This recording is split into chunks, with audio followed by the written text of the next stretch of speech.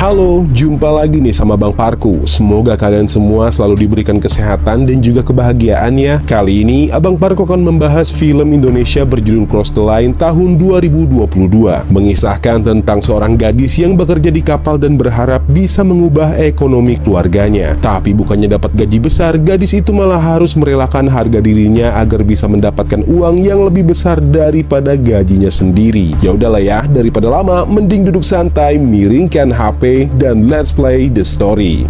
Gue baru tahu lo jadi babu kapal. Emangnya dapat berapa? 40.000. Kecil banget.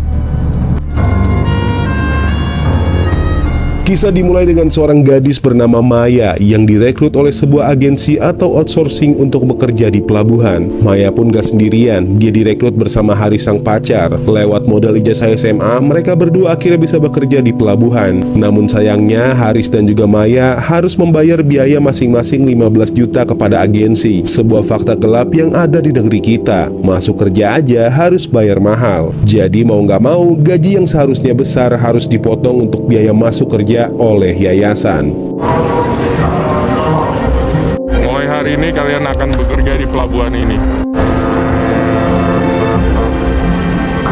Maya lalu dipekerjakan sebagai pelayan restoran yang ada di pelabuhan, dari mulai bersih-bersih dan juga mengantarkan makanan. Sedangkan Haris dipekerjakan sebagai anak buah kapal yang mengurus bagian mesin dan juga persiapan kapal berlayar. Mereka pun bekerja dengan sangat giat dan keras, meskipun gaji yang mereka terima sangatlah kecil, mengingat mereka harus membayar hutang kepada outsourcing. Sebenarnya Maya berharap bisa bekerja di Singapura agar bisa mendapatkan gaji besar dan mengirimkannya kepada si ibu di kampung. Namun apa daya, karena Maya dan Haris tak punya modal, mau nggak mau mereka bekerja di pelabuhan terlebih dahulu untuk mengumpulkan modal.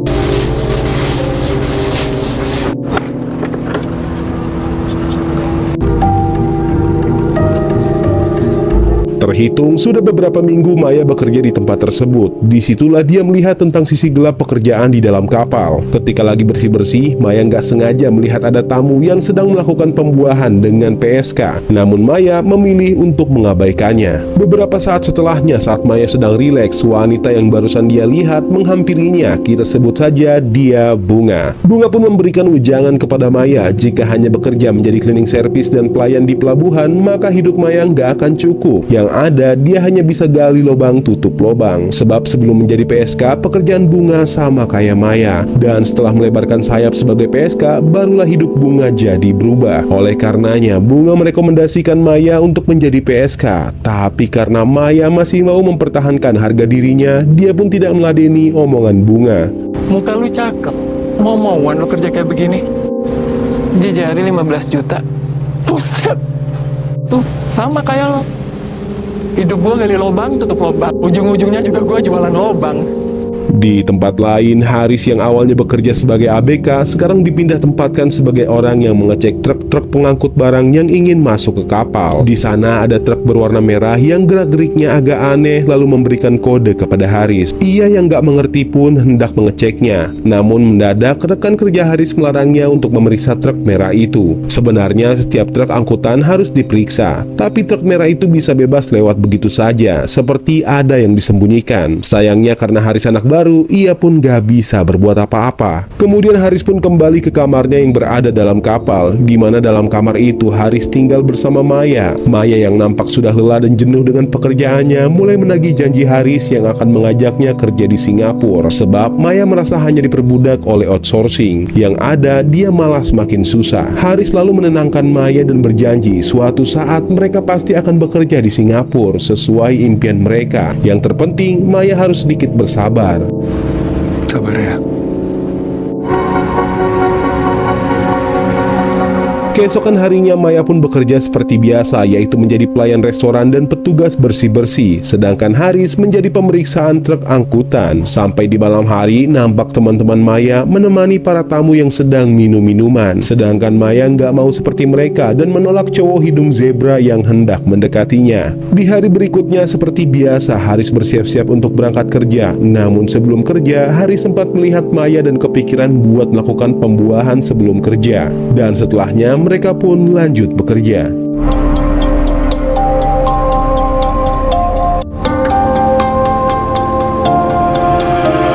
Namun ketika mereka sudah balik kerja, Maya mendapat kabar buruk dari ibunya yang masuk rumah sakit dan sudah pasti akan membutuhkan biaya yang cukup besar. Oleh karena itu, esoknya Maya dan Haris pun pergi ke kantor outsourcing untuk mengambil gaji mereka. Namun nyatanya gaji yang diterima mereka sangatlah kecil, sebab potongan dari outsourcing yang sangat besar.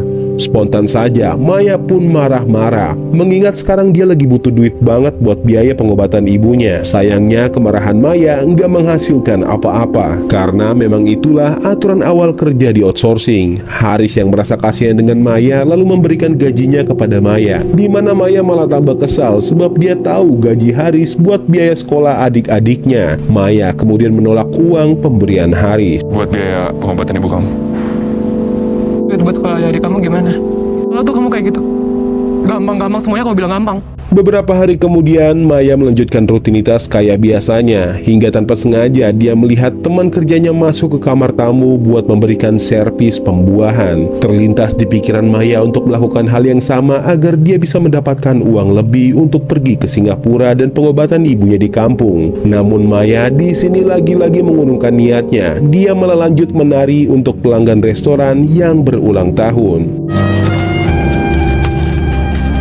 Di sela-sela waktu istirahat, Maya pun bilang ke teman kerjanya kalau dia punya sampingan jadi cleaning service di kapal dengan bayaran 40.000. Mendengar hal itu, teman Maya pun menyarankan agar Maya menjual tubuhnya aja, hanya dengan memberikan servis pembuahan seperti yang biasa dilakukan Maya dengan pacarnya. Lewat ucapan temannya, Maya lambat laun pun terpengaruh dan mulai mengikuti mereka untuk menemani om-om buat minum-minum sampai mabok. Tapi baru aja Maya nemenin kliennya, mendadak datang Haris yang emosi ngelihat Maya minum sama cowok lain. Tanpa babi bu, Haris langsung memberikan hantaman kepada cowok tersebut. Hal itu pun membuat Maya marah karena nggak seharusnya Haris mengajar pelanggannya. Lagi pula, memang seperti itulah resiko bekerja sebagai pelayan restoran. Ia lalu memutuskan untuk pindah kamar hari itu juga buat nebeng di kamar temennya, Ria.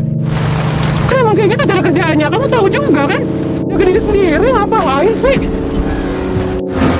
Maya, Esoknya saat Maya sedang istirahat kerja, dia dipanggil oleh Bunga, di mana Bunga menawarkan Maya untuk menjual dirinya kepada Gadun. Tapi di sini Maya menolak sebab dirinya hanya sebatas menemani minum dan dipegang-pegang doang. Beralih ke Haris yang mulai memperhatikan cara kerja temannya yang agak licik. Dia melihat temannya meminta tambahan uang kepada truk merah, padahal si Haris tahu kalau temannya ini udah dapat uang jutaan dari bosnya mereka. Namun karena teman si Haris rakus, ia masih aja meminta kepada supir truk itu. Sehingga Haris melihat celah agar posisi temannya bisa dia singkirkan. Mengingat Haris butuh uang buat ngebantu Maya ngelunasin utangnya sebesar 35 juta ke yayasan tempatnya bekerja. Dengan nekat, Haris pun melaporkan kecurangan dari temannya tersebut kepada bosnya. Haris juga sengaja membawa temannya kepada bos yang bernama Koh Sony, di mana Koh Sony inilah yang menyuap teman Haris agar bisa meloloskan truk merah miliknya. Nah, karena keserakahannya itulah kepala teman Haris pun dipelintir oleh Koh Sony sampai meninggal.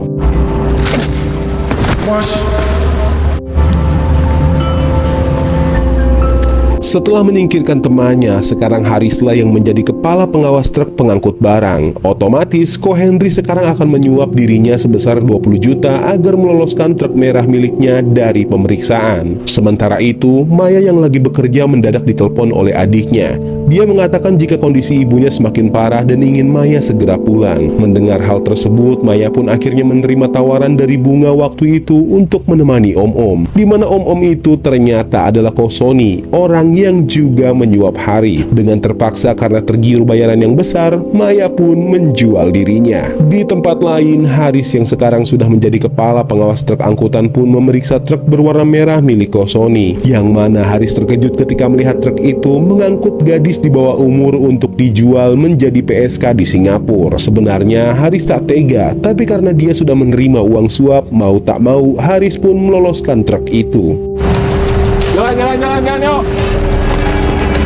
Sepulang bekerja, Haris pun coba untuk menjenguk Maya di kafe tempatnya bekerja. Di sana dia melihat fakta menyakitkan yang mana Maya lagi dibawa oleh om-om untuk dibuahi. Haris pun gak bisa berbuat apa-apa karena dia belum bisa membantu Maya. Apalagi Maya masih marah kepadanya. Sementara Maya sendiri bertemu berbagai macam pelanggan, dari yang memperlakukannya baik sampai memperlakukannya kasar layaknya binatang. Ia pun nampak menangisi pilihannya tersebut. Tapi apa boleh buat, hanya inilah jalan satu-satunya untuk mendapatkan uang yang banyak dalam waktu singkat.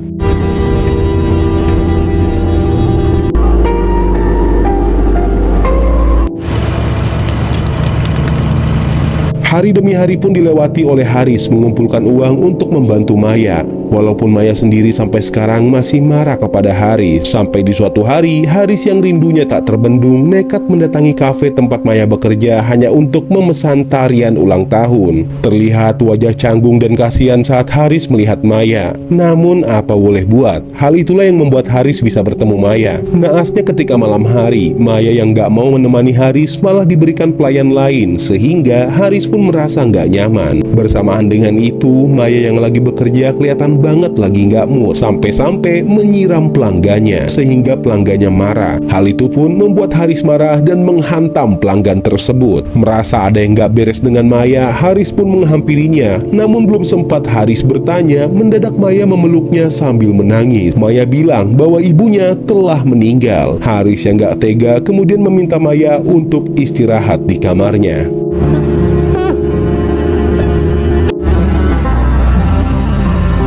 Esok paginya, Haris pun memberikan semua uang tabungannya ke Maya untuk menebus hutang-hutangnya. Tentu saja, Maya kaget bagaimana bisa Haris mendapatkan uang sebanyak ini, mengingat dia ini cuma kerja jadi anak buah kapal. Haris pun bilang yang penting Maya bisa cepat pulang melihat kuburan ibunya. Melihat kebaikan dan ketulusan cinta Haris, Maya pun memberikan pembuahan yang sangat romantis kepada Haris untuk yang terakhir kalinya.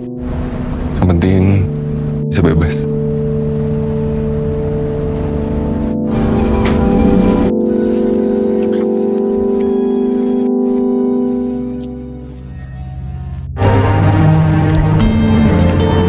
Sore harinya, Maya pun pergi membayar semua hutang-hutangnya ke outsourcing. Tak lama setelahnya, datanglah Bunga yang sepertinya udah tahu kalau Maya udah lunasin hutangnya. Disitulah Bunga pun menawarkan Maya untuk bekerja di Singapura. Kalau memang Maya mau, dia tinggal pergi menemui Ko Sony. Tanpa pikir panjang, Maya pun akhirnya mau. Lagi pula, ibunya udah nggak ada lagi. Jadi untuk apa dia pulang ke kampung? Di lain sisi, Haris yang nggak mau berurusan dengan Ko Sony, lalu menghampirinya di markas Ko Sony. Haris mengatakan akan membiarkan truk merah Ko Sony lewat sekali lagi. Namun setelah itu Haris berjanji akan berhenti berurusan dengan Ko Sony. Setelah itu Haris pun berjalan keluar, disusul dengan Maya dan Bunga yang baru aja tiba di markasnya Ko Sony. Di sana Bunga pun bilang kalau Maya mau bekerja di Singapura. Mendengar hal itu, sebenarnya Ko Sony agak kurang setuju sebab dia sangat suka dengan servis pembuahan Maya. Namun karena Ko Sony juga butuh duit, dia pun mau memberangkatkan Maya. Pastinya Maya pun membayar Ko Sony dengan melakukan pembuahan. Dia cuma takut kangen sama kamu kalau kamu ke Singapura nanti. Woi Fasong, Aku tinggal kamu di sini dulu ya. Beberapa hari berlalu, Haris kepikiran terus dengan Maya dan mencoba datang ke kafe tempat Maya bekerja. Tapi nyatanya, Maya udah lama berhenti kerja. Dengan sedikit kecewa, Haris kemudian melanjutkan pekerjaan terakhirnya, yaitu memastikan truk merah lewat. Seperti biasa, dia harus mengecek isi dalam truk itu terlebih dahulu. Dan alangkah terkejutnya dia melihat Maya ada di dalam truk merah tersebut. Di sini Haris benar-benar lemas dan bingung antara mau membiarkan truk itu lewat atau menahannya, apalagi Maya ada di dalam. Awalnya Haris mencoba tenang dan membiarkan truk itu lewat, tapi hati berkata lain. Haris pun mengejar kembali truk itu dan langsung menemui Maya di dalam truk.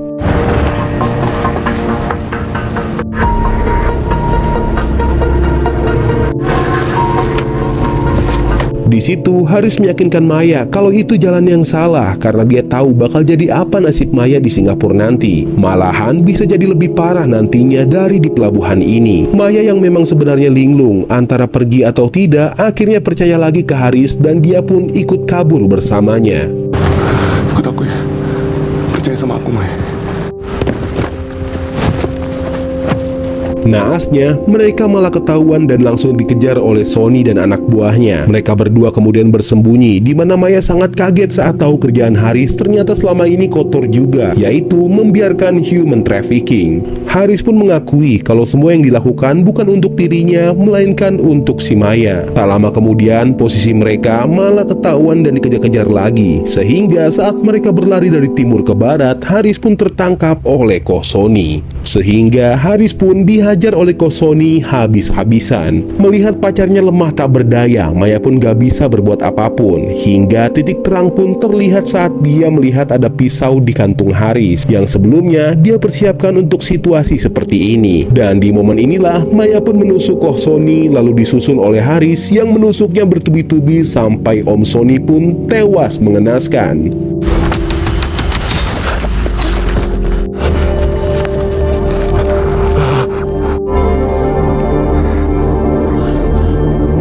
Maya beserta Haris pun akhirnya melanjutkan hidup dan mencari pekerjaan yang lebih baik lagi. Dan sudah bisa dipastikan karena mereka menghabisi bos mafia atau Ko Sony, sudah pasti Haris dan Maya akan terus dicari oleh para mafia. Dan begitulah film ini berakhir. Sedikit pesan yang bisa kita ambil dari film ini, jangan sampai kita terjerumus ke suatu hal yang buruk, karena pastinya untuk kembali ke jalan yang benar akan butuh usaha yang sangat ekstra, seperti yang dilakukan Haris dan juga Maya ini. Mungkin segitu aja review film kali ini. Kurang lebihnya Abang Parku mohon maaf ya kalau ada salah kata dan pengucapan. Abang Parku pamit dulu. Salam apa? Ya, salam Parku.